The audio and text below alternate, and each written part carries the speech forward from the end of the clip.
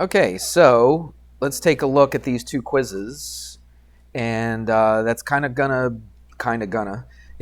of what's on the test. All right, these problems right here, 1 to 3, are not really. Did I show that? Yeah, there you go. Review for Chapter 3 test, which is a Monday. Monday. What? Are you recording? I am recording it for the third time. It's the third time I've started. But I'm not going to use the other two. All right, here we go. Let's do this. I don't put this on here, but you're going to have to know it to be able to do these other problems. So 1, 2, and 3, I don't put it on there, but let's go through it. The alternate interior angles. When you have two lines cut by a transversal, right? Let's go through it just because you're going to have to use that information to be able to do the other problems. All right. So if I have two lines, sorry, not just any two lines. What does it say? If two parallel lines. So if these two lines are parallel, the alternate interior angles, like this one and this one, what's true about, let's number them. What's true about this angle and this angle?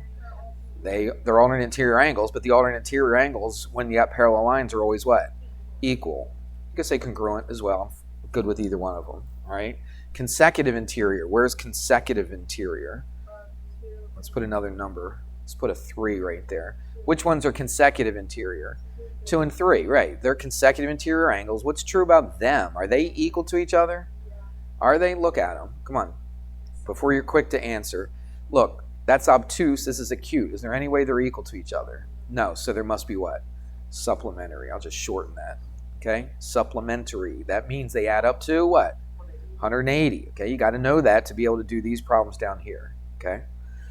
Corresponding angles. Which ones would be corresponding angles? Let's put a 4 right there. Which ones are corresponding? No, not 1 and 4. 3 and 4. Corresponding are the ones that match up. Look at 1. Is 1 in basically the same place as 4? No. But is 3? Yeah, 3 is in the same spot as 4, right? Up here compared to down here. So they're corresponding angles. What's true about the corresponding angles? They are what? Equal to each other or congruent. Okay? Again, I'm not going to put those questions on the test, but you're going to need to know that information to be able to do this stuff. All right, so that's why we went through it. All right, so here we go. Now we got some numbered angles. They are parallel to each other because that big old fat arrow right there means they are parallel. And you got these numbers. And let's figure out what's what. Find angle 6. Here's angle 6. And if angle 4 is 53 degrees, if that's 53 degrees. So what's the relationship? That's what we just went through, okay? What's the relationship between angle 4 and angle 6? They're supplementary, right? They're consecutive interior angles, right? And what's true about consecutive interior angles? They are supplementary, which means they add up to what? 180. So what's your math? 180 what? Minus 53. And that's what? 147 or 27? Yeah, 3, 2. That's 127. So 127 what? Degrees. Everybody got that? Okay, so you got to know the relationships. It's really easy. The math is pretty simple. Now, on this one, they're going to give you some algebra to do, but again, you need to know the relationships. It says find angle 7. I'll tell you what, let's get rid of this. Delete. Let's delete that. Delete that. Oops. See, I knew I was going to do that. And come on, hit that thing. There it goes. All right. Now, let's do this. Find angle 7. What are we trying to find? This one right here. If angle 2, right, they give you angle 2, and they give you angle 7. Is there a relationship between 2 and 7? There are what? Alternate exterior angles. Right, they're alternate exterior angles. And what's true about alternate exterior angles? Yeah, when you have parallel lines, they're equal. Let's not say they're the same. This angle right here is not the same exact angle as this down here, but the measure of them are the same. So we just say that they're congruent or they're equal to each other, okay? The measures are equal. Everybody got that? So 2 and 7 are equal to each other. So look at this. They give you angle 2 and they give you angle 7. So what are we going to do with these two things? We're going to set them equal to each other, okay? You could go 8x plus 4 equals, but I'm going to write it like this. I'm going to write 12x. Why would I do that? Why would I do that one first? I have a reason for it. You don't have to, but this is the way I did it. Why? just so I can have the x on the left-hand side, right? It comes out positive, right? I like the bigger one over here on the left-hand side. So what do? Subtract 8x. We'll do this quickly. Subtract 8x, add a 68, add a 68. And what do we get? 4x equals, what's that, 72? And what's that? It's 18. Is that my answer? Do we circle that? No. That's right, because what do they ask for? They ask for angle 7, all right? So what are you going to do? Put it in for this. Now watch, that's pretty big numbers, 12 and 68. Here's a little cheat code for you, all right? It might be a little easier, I don't know. Actually, it doesn't matter, because 18 times 8, I don't know what that is off the top of my head, right? And I don't know what 12 times 18 is off the top of my head. So I'll probably be using a calculator anyway, right? So it really doesn't make any difference. I think, yeah, I actually did put it into this one. So what would we do? We go 12 times what? 18 minus 68. And that comes out to 148 when you do the math. I'll let you do the math on your own, right? But it's not just 148, it's what? 148 degrees, that's your angle. So angle 7 is equal to 148 degrees. Everybody good? What did I kind of miss up here? I should have done what? Should have said angle 6 equals 127. You should always do that, okay? If they ask for a certain angle or a side or something, put that angle as equal to. If you didn't, I probably would not mark it wrong, but it's a good idea to do that. All right, let's keep going. Everybody okay with that? Any questions on it? Now's the time to ask. Stop me if you have a question on any of it. All right? Everybody good? Yeah, that's pretty basic stuff, isn't it? All right, now we're getting into this. Actually, this wasn't too bad. 6, 7, and 8. I think most of you guys have a pretty decent handle on this. It's when you start getting, well, probably the next quiz, right, which is when I just turned back to you. There were some issues on a couple of those problems. So hopefully we'll get them cleared up today. All right, this says the distance. So you have to know, you got to memorize what? The distance what? Formula, okay? You remember what it is? Big old square root, okay? Put parentheses. I always do this first. You don't have to, but I do. And this. Everybody got that? That's what I do first. And then I fill the stuff in. So this is going to be what? x2 minus x1. This is going to be y2 minus y1. Let's just stick the numbers in though, okay? And it doesn't matter if you put the x's here or the y's here, because you're just adding those two things together anyway. But we always go in order, usually go in order, x and y. All right, so we subtract the x's. And it doesn't matter what order we subtract them. What order do you want to subtract them? The x's. Yeah, I would go 9 minus 3, wouldn't you? We're doing the x's. All right, so 9 and 3. Then subtract the y's. 10 and 2. Yeah?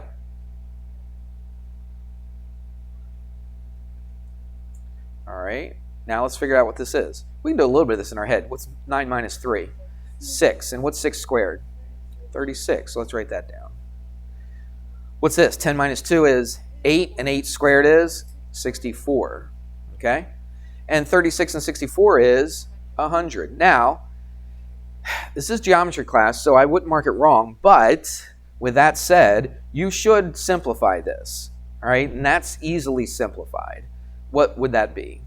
It'd be 10. All right? Square root of 100 is 10. That's the way that you should write it. Everybody got it? All right.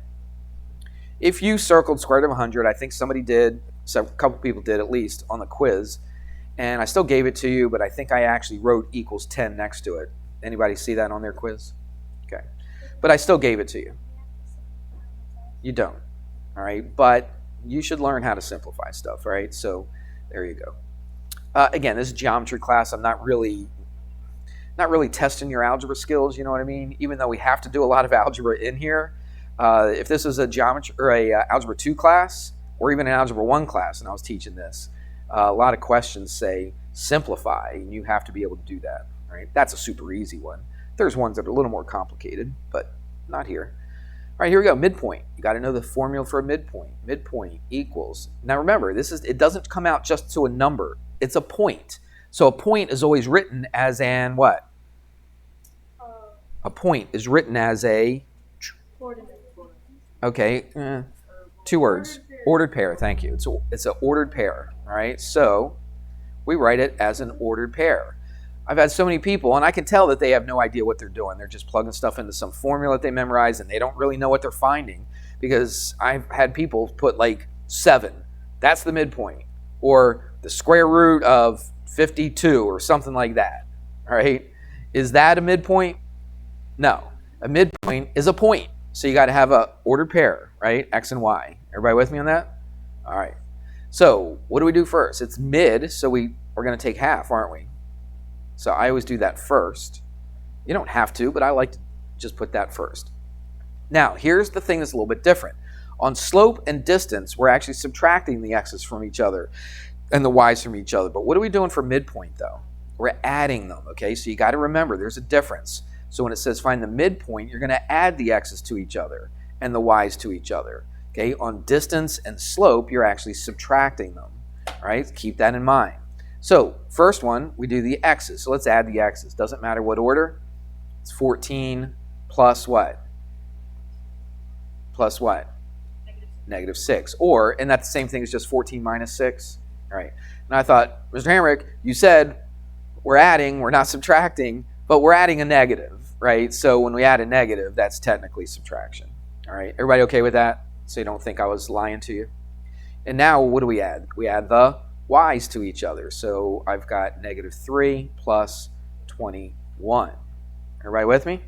All right. So what's this? 14 minus 6 is 8. 8 divided by 2 is 4. And 21 minus 3, what's that? 18. 18 divided by 2 is 9.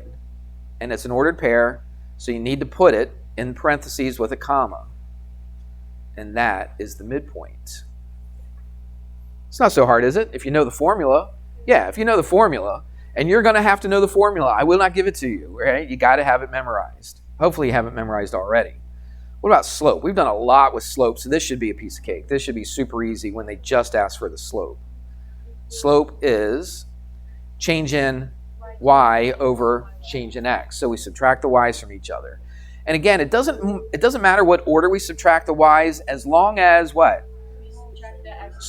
Exactly. Subtract the x's in the same order. You've been listening to me. That's good. That's a change from... No. Now listen, you didn't let me finish. I said that's a change from my morning classes, because they never listen to me. I actually said nice things about you today in my morning classes. It's on the video. I said, you know the difference between my honors classes and you guys? I said, it's not how smart you are. It has nothing to do with that. It's how well you pay attention, all right? It's hard to get them to pay attention. It's so difficult.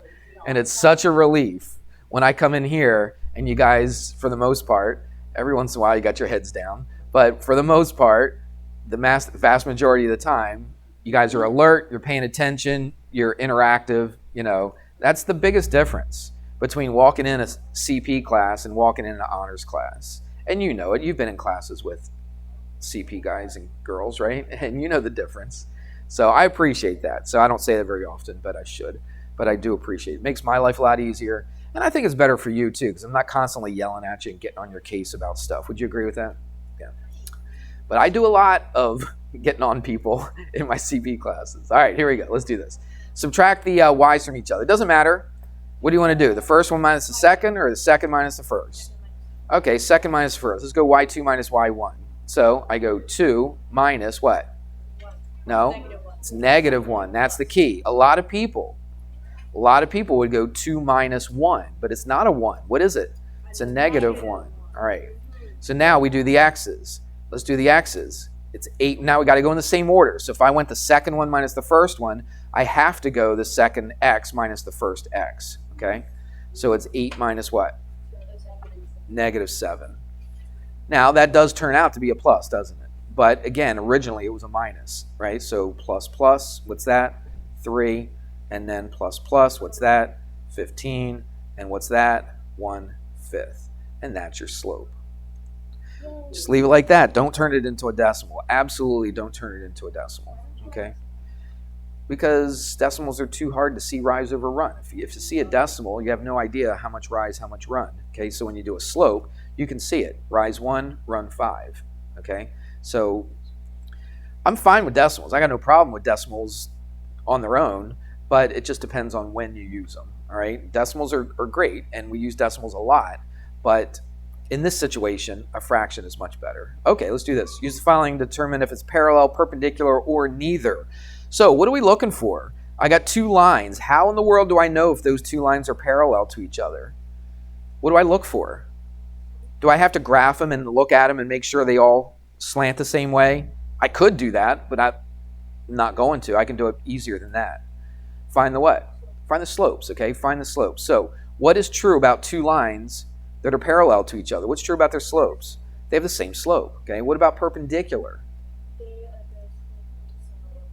Negative reciprocal. Very good, John. Negative reciprocals, okay? So if the slopes are negative reciprocals, then it's perpendicular. If neither one of those things is true, then what do we circle? Neither, okay? So let's take a look. Let's find the slopes of AB and CD. So let's do AB first. So let's do it like this.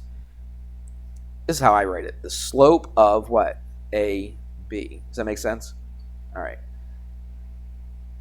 All right, AB. It's these first two. They're right next to each other, so it's kind of easy to see. So let's subtract the y's. Again, it doesn't matter. Let's go 4 minus 2. Is that all right? Let's go the first one minus the second one. But if we do it that way, what do we have to do with the x's? We have to go the first one minus the second one. So I got to go negative 3 minus 3. And what is that? That's 2 over negative 6. What is that? That's negative 1 over 3. All right, so that's the slope of that line. What do I have to do now? Find the slope of the CD. That's right. Find the slope of that. So I'm going to write slope of CD equals, and let's do that. CD is next to each other, so that's easy. Again, doesn't matter what order you subtract. Seems like I have a tendency, instead of going 2 minus 1, the second one minus the first one, I have a tendency to go the first one minus the second one. But it doesn't matter. Does not matter. Negative 4 minus what? Negative 3. That's my y's. Now I do my x's. Same order. 1 minus negative 2. Right? That goes plus. That's negative 1. That goes plus. That's 3. Check it out. Slope of AB is negative 1/3. The slope of CD is negative 1/3. So what can I say about AB and CD? They are parallel to each other. Now, you could just have a 1 in 3 chance of getting it right. But the problem is, if all you do is just write parallel and that's it, how do I know how you know that it was parallel? Would you agree with that?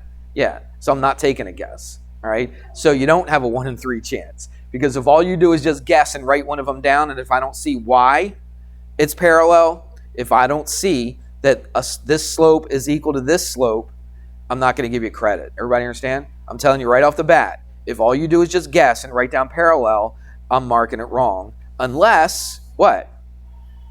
You show. Right. Show me why they're parallel. If they are, what do I do to make it show it right? Boom. Check mark. Okay? What about this? Let's do this. Let's do it a little faster. So the slope of AE. So A and E, the first one and the last one. Okay, so let's go 4 minus 3. And let's go negative 3 minus 0. All right, so what's that? 1 over negative 3. So negative 1/3 is what that is, okay?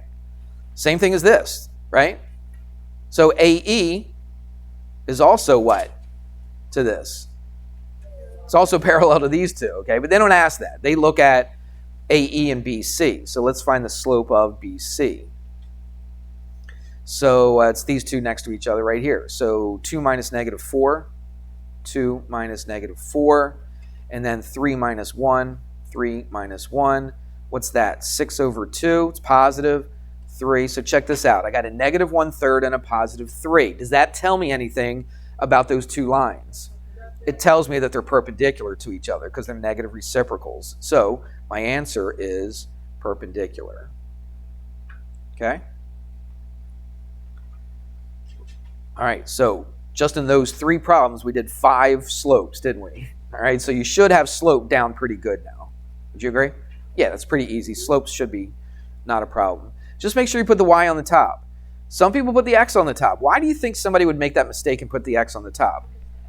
Yeah, x usually goes first, right, on an ordered pair, so they're probably thinking, oh, I'll put the x on top. That's first one I do.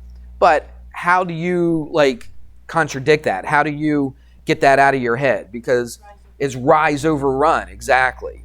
Everybody hear me on that? Okay, it's rise over run. Rise is the y-axis, run is the x-axis. So the y goes on top and the x goes on the bottom. All right, that was our first quiz. How'd you guys do on that quiz? Did you get 100 on that quiz when you first took it? So, is that what's going to be on the test? Yeah, any of this could be on the test. Just basically just That's why we're doing this. but Yeah. different numbers. Yeah. So you're only giving problems from the quiz, like not the exact. Not the yeah, some are the exact, but some are not. Okay? What do you mean by exact? Like same number? Yeah, same exact numbers. Like, Oh yeah, that happened. you know what I mean? It could. It very well could. All right? But when there's work to show, you got to show your work. Okay? Even on the answer, you've taken a test in here, right? Even on the answer sheet, you see that? What's it say right under answer sheet? Show all your work. Okay? All right. Okay. Let's do the next one. This is the one I just gave back to you, isn't it? Yeah. So there's definitely some. Can somebody open that? There's definitely some things we got to talk about on this. So I just gave you the quiz back, so should have it out in front of you and be ready to go over this. Okay, it says find the x and y intercepts. So let's do the x-intercept first. I'll put that up here. This is how I did it. Even when I did my answer key. Actually, I lied. On this one, I didn't. But usually, when I do the answer key, I usually write down set what? What equal to 0? Y equal. You might write set x equal to 0, but that wouldn't be right. It's set y equal to 0. You always set the opposite one equal to 0, okay? So here's our form. Here's our little equation right here, and we could probably do a lot of this in our head. So if y is 0, what are we left with then? 3x equals what? 12. Divided by 3, x is 4. Now look, I did not mark this wrong, but you don't just want to write a 4 there, okay? I wrote it on everybody else's. Even if you wrote a 4, I wrote the way you're supposed to write it right next to it. Remember, the y is 0. So remember, these are points. When I ask for an x-intercept and a y-intercept, I'm asking for a point on a graph. If I just say 4, how do I know where that is on the graph? Do I? No. All right? And you're probably going to say, well, it does ask for the x-intercept. That means it hits the x-axis at 4. But I want the point, okay? When it asks for an intercept, it's a point. So what is it? It's 4 what? 4, 0, okay? So that's the correct way to write it. I gave it to you on the quiz, all right? But make sure you write it as an ordered pair on the test. Everybody good? All right, and then the y-intercept is just as easy, isn't it? We're going to set what? X equal to 0. So let's come over here. If that's 0, what are we left with? Negative 4y equals 12. Divide both sides by negative 4. What's y? It's okay. Is y equals negative 3. So again, when we're writing this, the y is negative 3 and the x is what? 0, because we set the x equal to 0. So that's the way you should write it. Now, if you just put 4 here and negative 3 here, I gave it to you on the quiz, but it should be written as an ordered pair. I must have not really harped on that very much because a lot of people just wrote 4 and negative 3. So that might be my fault. Maybe I didn't talk about it enough, but there you go. All right, everybody good with that? Can we move on? All right, let's do this one. Write the slope-intercept form. Everybody knows slope-intercept form. What is it? Y what? Equals mx plus b. So this is the way we want to write our answer. Our answer should look like this. The y, on our final answer, the y is just going to be a y and the x is just going to be an x. We're going to actually put a number in for the slope and we're going to put a number in for the b. What's the b represent? The y-intercept, that's right. Okay, so let's do this. All we have to do is make it look like this. So really all we're doing is doing what? Solving for y. That's all we're doing, okay? It's just in another form. Right now it's in standard form, isn't it? See that ax plus by equals c? Same thing here. So we're basically just changing it from standard form into slope-intercept form. All right, and just get y by itself. That's all you do. It's just simple little algebra. There's not much to it. This one, there's definitely not much to it. If I want to get y by itself, what do I get rid of? The 3x. How do I get rid of that 3x? I subtract it. So y equals, and I put it out in front because I want the x first, plus 1. There you go. You don't even really have to show work. You can do that part in your head pretty easy. Do you see that? Ask me a question if you need to. All right, so I didn't show the work, but I could have. I could have said minus 3x. But I don't want to write it 1 minus 3x, do I? Because look, the x is first, and the constant, the regular number, is over here on the end. So that's how I want to write it. Everybody good with that? All right, let's do this one. This one's a little more involved. That was pretty easy. Move one thing over, boom, you're done. This one you got to do a couple things, but it's not that big of a deal. So again, I got the y on the left-hand side. Let's take the x and move it to the right-hand side. So I'm still left with a negative 8y, correct? If I move this over to the other side, what does that 11x become? A minus 11x, right, or negative 11x, and then we just stick that minus 48 on the end.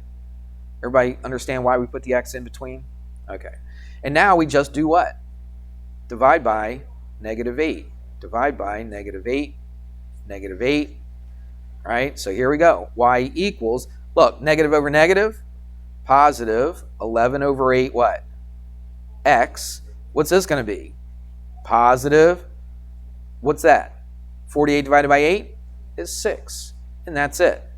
Is there any reason to change that 11 over 8 to a mixed number? No. All right, again, why don't we want a mixed number? Why don't we want a fraction? Or, a decimal. Why do we want to keep it a fraction?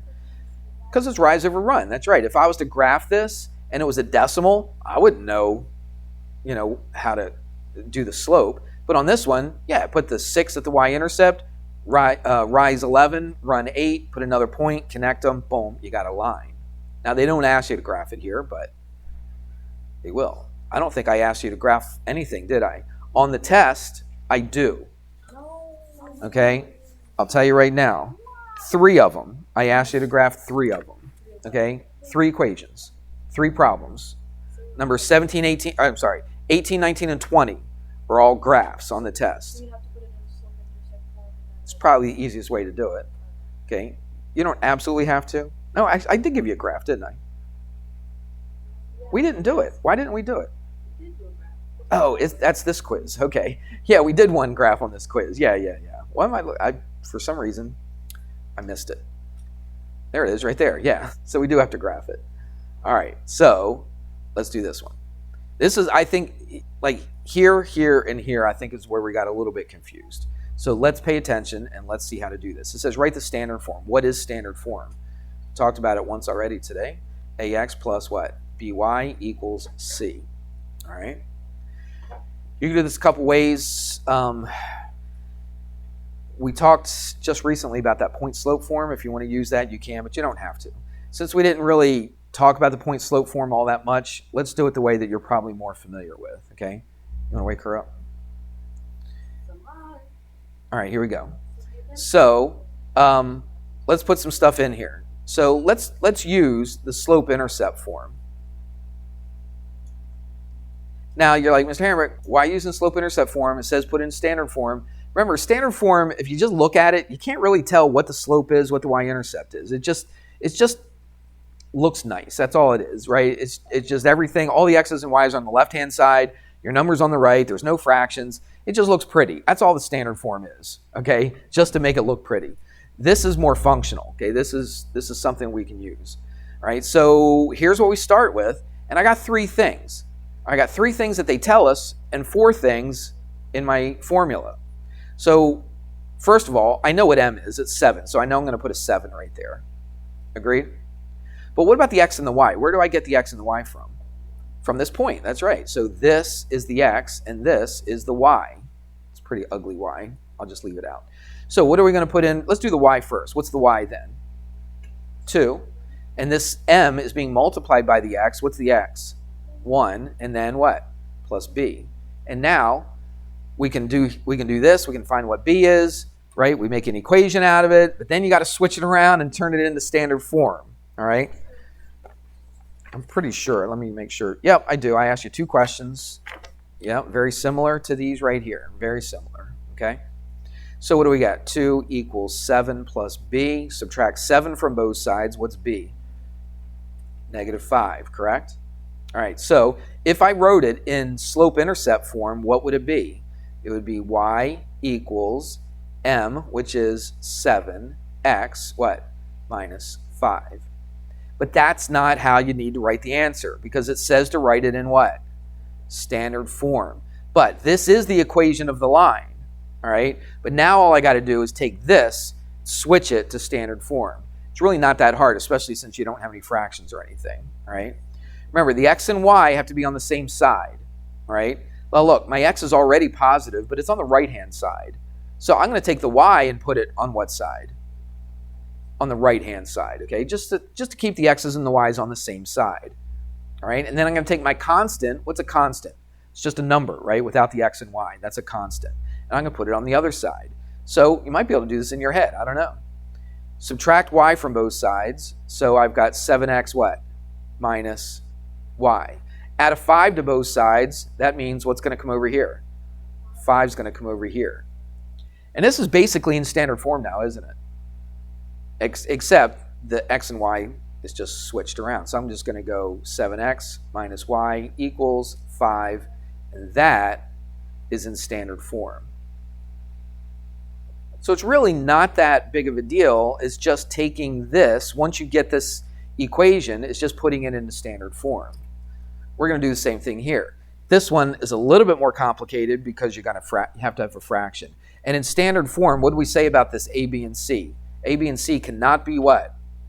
Fractions, okay? They can't be fractions.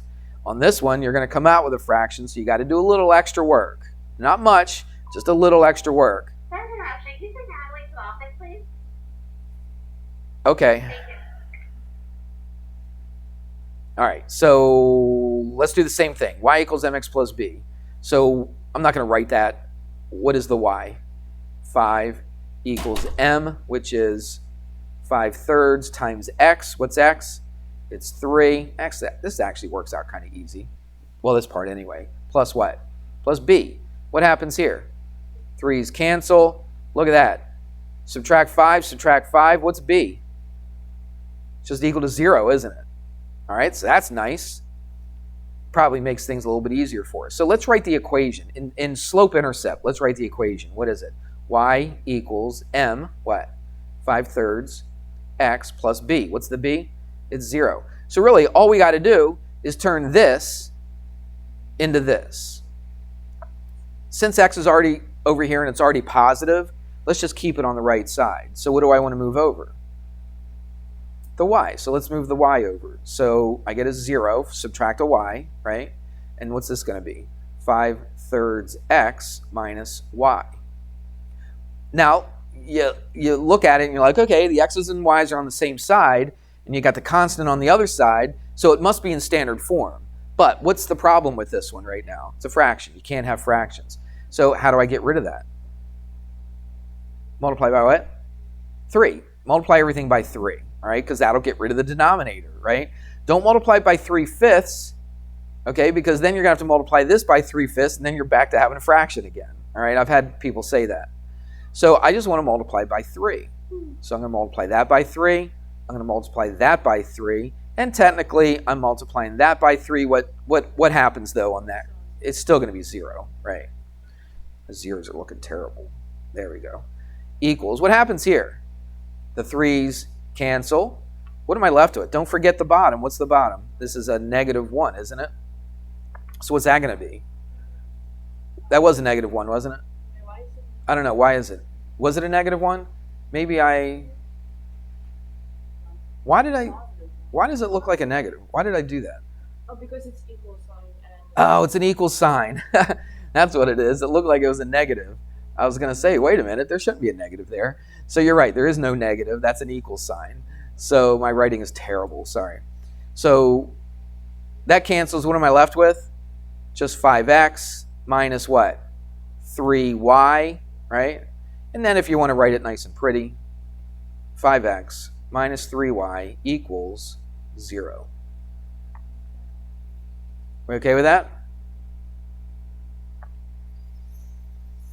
What was the only step that you had to do with a fraction that you didn't have to do over here?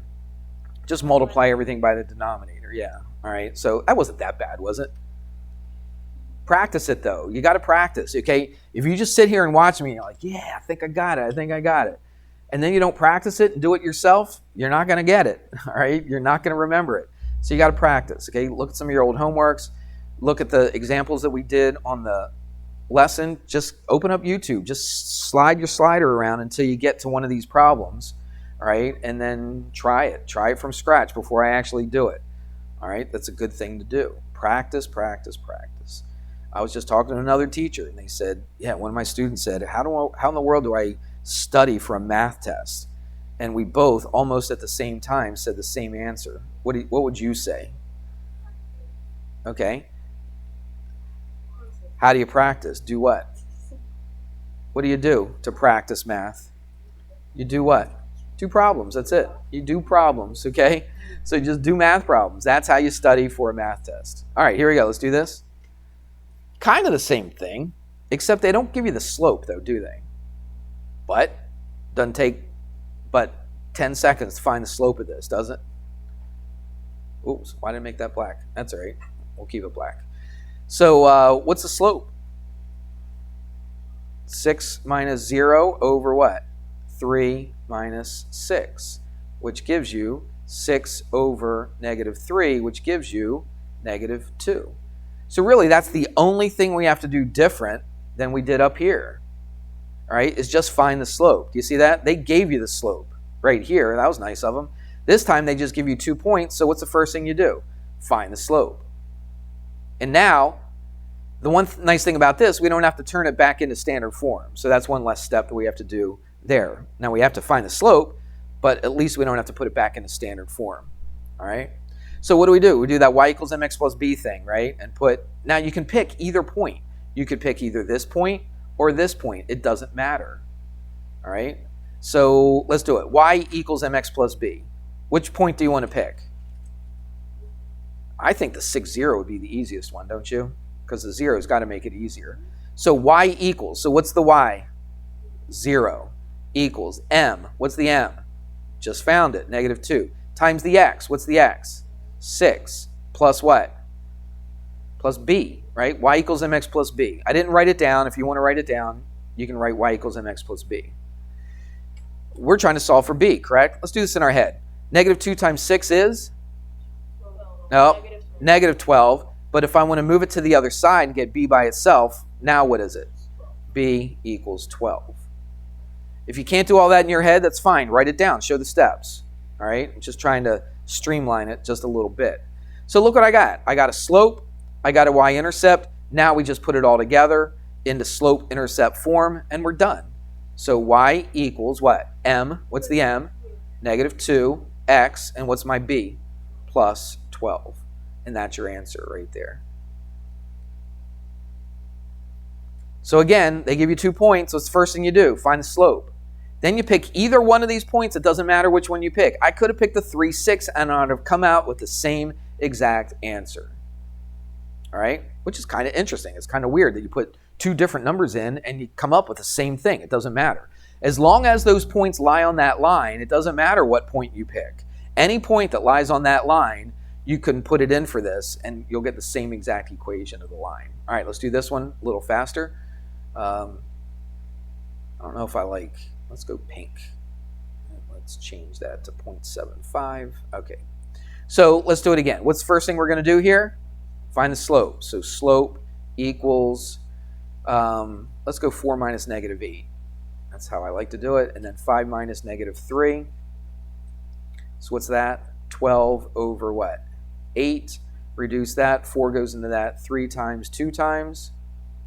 Make sure that's equals. Okay, I don't think it's a negative. All right, so there's our slope. Everybody good? Now, let's find the equation of the line. I could pick either one of these points. Which one would you pick? I'd pick the first one. Why? Yeah, they're all positive. To me, I'd rather deal with positive numbers. You could pick the second one, and it would still work, but I'm going to pick this one. So why do I pick it? What do I use with it? Well, I put it into y equals mx plus b. So what's the y? 4 equals m. What's the m? 3 over 2 times x. What's the x? 5. 5. Okay, it's 5. Plus what? B. Now this one's a little more complicated because we've got a fraction, but let's see how it goes. So B equals, let's do this. Nothing cancels here, right? So what do we have? 4 equals 15 over 2 plus B. Subtract 15 over 2. But let's just change 8. Change 8 so it has a oh, sorry, I gave it away. Change 4 so it has a denominator of 2. What am I going to write that as? 8 over 2. What's 8 over 2 minus 15 over 2? It's negative 7 over 2. Why did you change 8? Because I got to subtract fractions, I got a denominator. I found a common denominator. 8 over 2 is the same as 4, okay? All right, and we're basically done. We just got to put it all together. So y equals m. What's our m? 3 over 2. X, what's our b? Yeah, minus, right, 7 over 2. And that is the answer, okay? Now, we don't have time, so I just got to go through super quick. If it's parallel, they have the same slope. So what do you look for? You look for the slope. What's the slope of this line?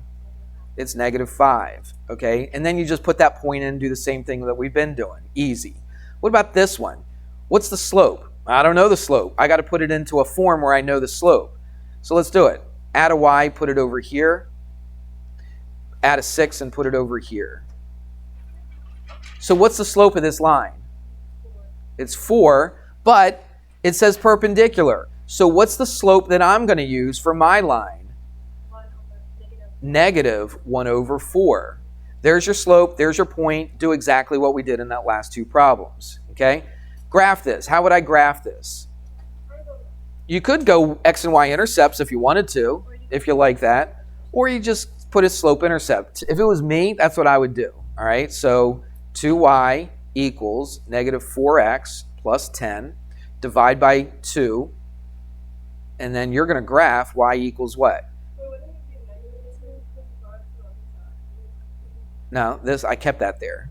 I took this and I brought it over here. Okay, I kept that there, and then I took this 4x and I moved it over here. All right, so how do I graph that? 1, 2, 3, 4, 5, right there. What's the slope? Negative 2 what? Over 1, down 2, over 1. I do it a couple times just so that when I match them up, right, my ruler or straight edge or whatever looks real nice, and that's your graph. I'm going to let you hang on to that review thing, and I'll have you turn it in tomorrow, right before, or on Monday, right before you take the test. Okay, that's what I mean. Yeah. All right, everybody good with that? Check the odd answers on that review. Just make sure you know what you're doing. I think this was better to go over this than that review, so that's good. Any questions, comments, anything? All right.